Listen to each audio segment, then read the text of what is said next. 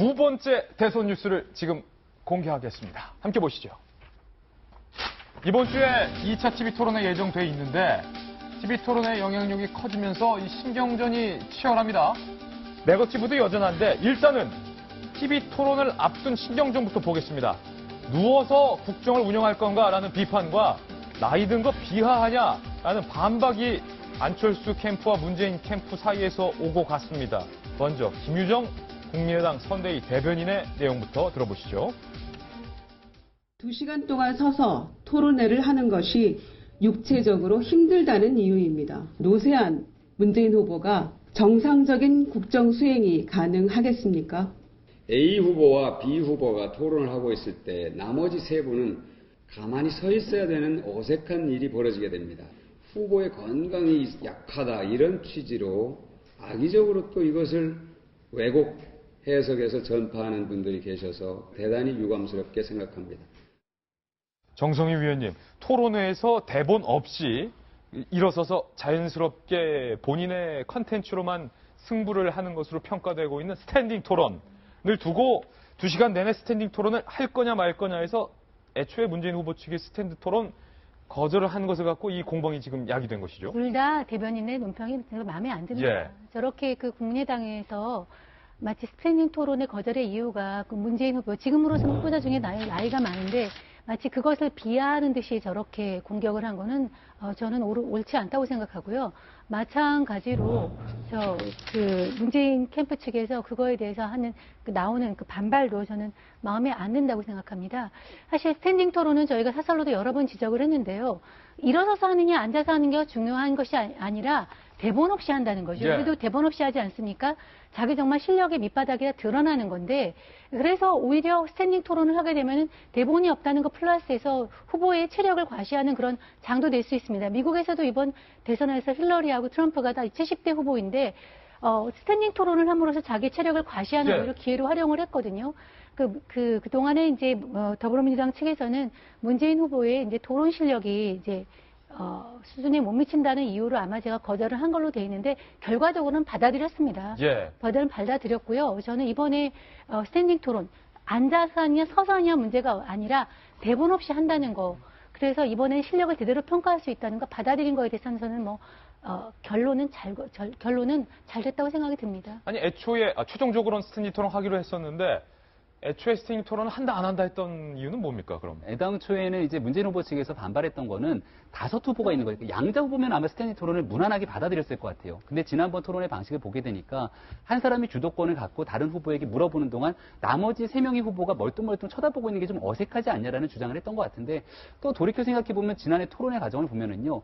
양자 간의 얘기를 하다가 갑자기 다른 후보에게 또 질문하기도 하거든요. 예. 그러니까 두 후보가 질문하고 응답하는 과정 속에서 나머지 3명의 후보가 얼마나 그 내용을 경청하고 나한테 들어올 수 있는 질문에 대답하고 있는 그런 모습까지도 사실은 유권자들이 바라보고 싶다는 측면 하에서 이번 이제 내일 모레 있는 KBS 토론에서는 그런 스탠딩 토론을 우리가 볼 수 있는 것 같고요. 굉장히 토론 과정으로는 2012년도보다 진화하고 있다. 이거는 분명해 보입니다. 예, 한편 이 토론의 스탠딩 토론 공방뿐만 아니라 상대 진영을 향한 검증 혹은 네거티브 공세도 계속됐는데 먼저 문재인 후보 측과 다른 후보 측에서 안철수 후보 측을 공세를 했던 내용 중에 하나가 안 후보의 부인이 김미경 교수가 서울대 이른바 1+1으로 채용되는 과정에서 일종의 특혜가 있는 것 아니냐라는 의문에 대해서 장진영 안철수 캠프 측 대변인이 이렇게 말했습니다.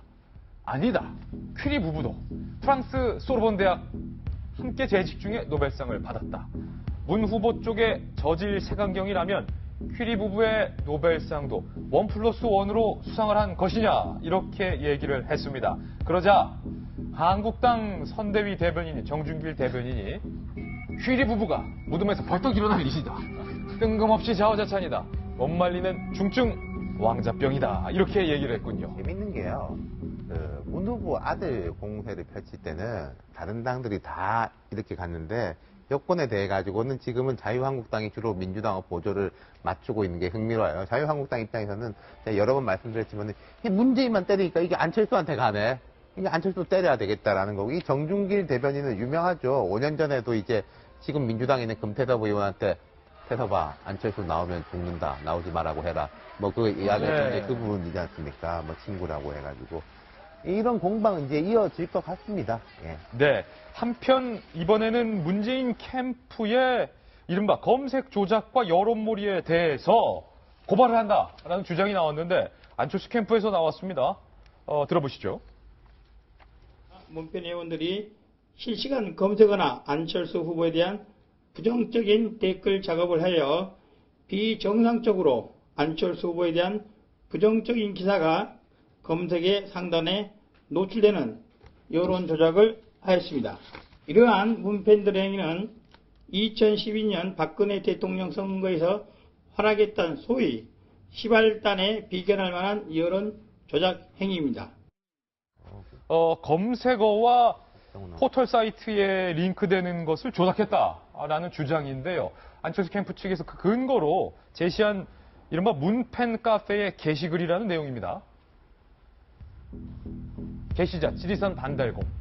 국민의당이 공개한 문팬 카페 게시글인데요. 문팬 여러분, 내일 인터넷 작업에 들어갑니다. 실시간 검색어로 안철수 부인 김미경 교수의 위안부 조문건을 인터넷에 도배질합시다. 내일 10시부터 시작입니다. 계속 검색어를 클릭해주세요. 손가락 전쟁입니다.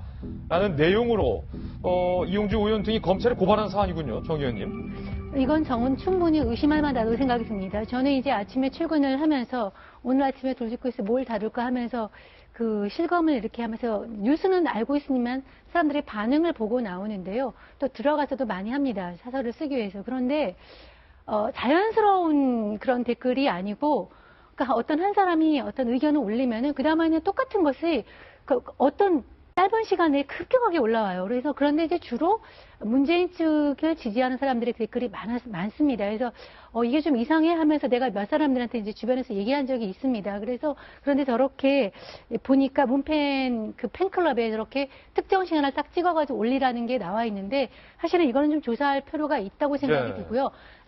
본인의 표현의 자유를 하는 거와 함께 하는 거와 다른 사람을 동원해서 하는 거는 저게 바로 동원선거죠. 조직선거고 지금은 그거 공간이 몸으로 하는 게 아니라 댓글로 한다는 것이니까 하고 있고 그다음에 제가 좀 당부드리고 싶은 것은 이런 조사는 빨리 나와야 됩니다. 선거가 우리가 얼마 안 남았기 때문에 이런 것들이 선거가 끝난 다음에 차기 대통령이 결정된다게 나오면 어떻게 되도록 정치보복 얘기가 나오기 때문에 그 이전에 빨리 해서 결과를 알려주기를 바랍니다. 예. 저 같은 경우는 지금 저것도 사실은 그 국정원의 댓글을 욕했던 사람들이 할 짓인가라는 생각이 들고요. 한편으로는 또 이제 국민의당도 문제가 국민의당에서 무슨 뭐 여론조사 기관을 지금 뭐 고소고발 한다고 하는데 그것도 문항을 뭐 유도했다라는 거잖아요. 근데 그것도 좀 무리라고 생각을 해요. 왜냐하면 그 양자 대결로 지금 여론조사 하는 것 자체는 어쨌든 단일화가 됐든 뭐가 됐든 그 안철수와 문재인만 나왔을 경우 사실은 가상의 그런 것을 전제라고 하는 거라면 그 다른 여론조사 기관이 다른 상황을 가정해서 하는 것도 저는 크게 문제될 것이 아닌데 그것을 고소고발까지 한다라는 거는 너무 좀 오버액션이 아닌가 뭐 이런 생각도 듭니다. 예, 왜 이렇게 선거 때마다 댓글 조작이라는 얘기가 나오는지 모르겠습니다. 저희는 60초 광고 후에 다시 찾아뵙겠습니다. 잠깐만요.